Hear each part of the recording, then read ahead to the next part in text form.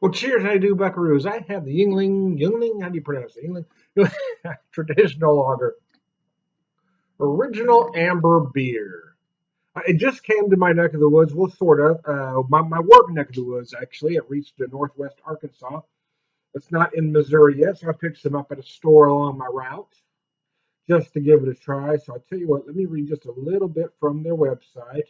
Traditional lager, famous for its rich amber color and medium bodied flavor with roasted caramel malt for a subtle sweetness and a combination of cluster and cascade hops. This true original delivers a well balanced taste with a very distinct character born from a historic recipe that was resurrected in 1987. Yuengling Traditional Lager is a true classic. How about that? These are one of those regional beers that folks from those areas love. Folks having them since then, maybe not so much, but every region has its own regional flavor. I know we here in the Ozarks and Springfield in particular do, and other areas of the Ozarks and in Northwest Arkansas. Everybody has that thing. It's not always a beer, it's a food or whatever, but we all have that one regional thing. This is one of those.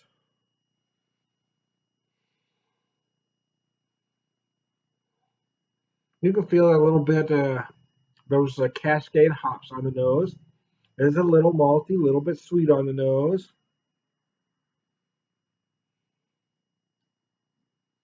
If I had to guess, I would say it was using some 6-row malt because it adheres better to adjuncts such as corn, rice, etc.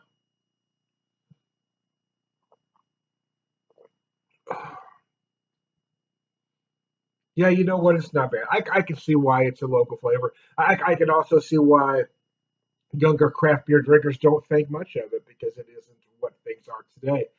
But I can imagine this being in 1987. If I would have had this in 1987, I would have thought it was a damn fine beer. Even if I would have had this 20 years ago, I thought that's not bad.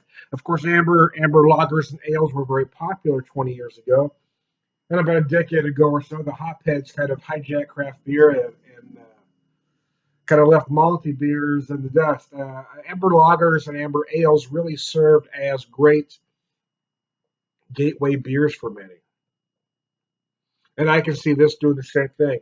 They had this for 7.29 in a 6 pack bottles, 12-ounce bottles. They also had it for 7.29, the exact same price in 6 pint cans. Not a 4 pack, a 6 pack. So I bought the 6 pack of pint cans. I mean, it's more ounces. I'm not worried about the can. Using my Hard Rock glass, St. Louis. It's a glass Shamu got for me, Seamus. I went through a long period where I never used it. Now I'm starting to use it again. Anyways, you got melancholy for a second, Tom. Yeah, sorry about that. Back to the beer. If I had to really nitpick a flaw in this, it would be the finish. The only thing I would, it's not a bad amber lager for sure. And again, like I said, if I had this in '86, I would have thought it was great. Even 20 years ago, I said that's pretty darn good. But the finish is a little watery, a little lazy, and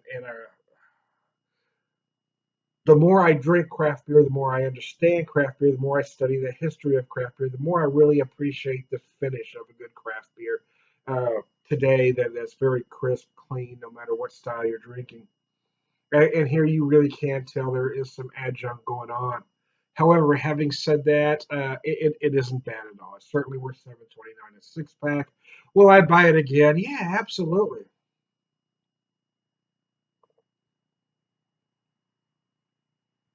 It would be a great beer to take to a function where you want to drink some beer. It's what's 4.5%. Let me double check here. I believe it's 4.5.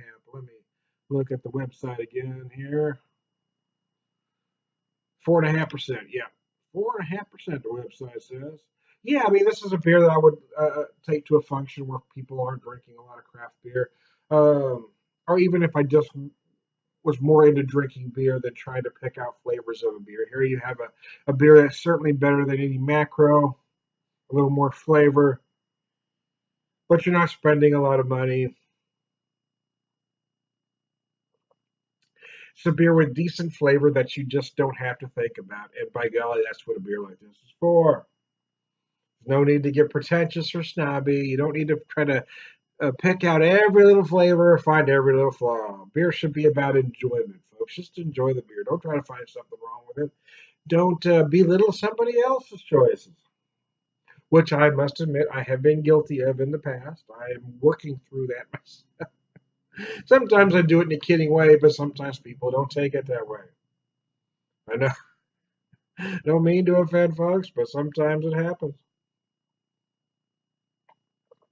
Uh, but yeah, I'm trying not to do that anymore.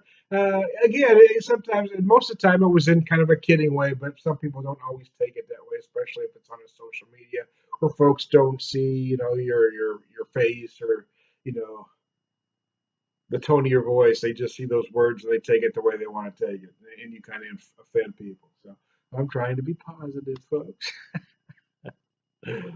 But yeah, I mean, enjoy the beer. Don't try to nitpick it. Don't try to dissect it. Just enjoy it. This has some nice. You really feel the malt on the nose. You get a hint of those Cascades. But yeah, I mean, this isn't a beer you want to go beer geeky over. It's just a beer you want to drink when you want to just drink some beer with some friends. That's what a beer like this was for.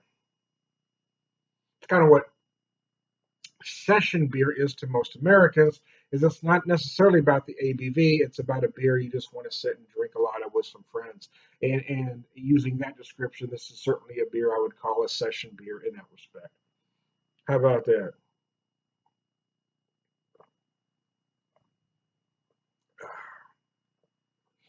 There you go. Anyways, no need to run long. I was excited to find these though. I've actually had this beer once, but it was so long ago. I really had no recollection of it. Um, and I really wasn't, taking a lot of notes back then. I wasn't doing the videos back then. I mean, it was a long time ago, man. A couple decades ago. I mean, it was a while back. Wow, back. I can barely remember it yesterday most of the time. So there you go. So I was glad that Northwest Arkansas finally got him. Hopefully Missouri soon. I mean, it's not far, folks. I don't know why you can go to Arkansas but not Missouri. But hey, I don't. Hey, I'm not you. But I was glad to find it. Will I buy this again? Yeah, I'll buy it again. Well, excuse me. If nothing else, I'll probably pick up a 6 pack of this, another 6 pack of the black and tan. And if I can find other SKUs, I'll probably pick them up as well, just to bring back to folks to Missouri so they could give them a chance, so they would have a chance to taste them if they haven't yet. So there you go. Excuse me. Got a lot of gas all of a sudden. Oh, excuse me. I am Tony Beer Whisperer, Beer Evangelist, prolific beer drinker.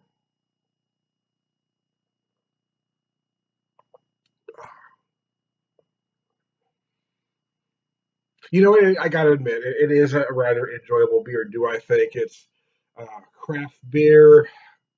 No, I don't. But again, you have to sometimes just have to accept things for what they are, and that's what you do with a beer like this. Just drink and enjoy. Don't try and dissect it. Don't try to pull it apart and find some flaws. Just drink the damn thing and be glad you're drinking a damn flat beer. I am Dr. Beer Whisperer, evangelist, prolific drinker, purveyor, wisdom, man.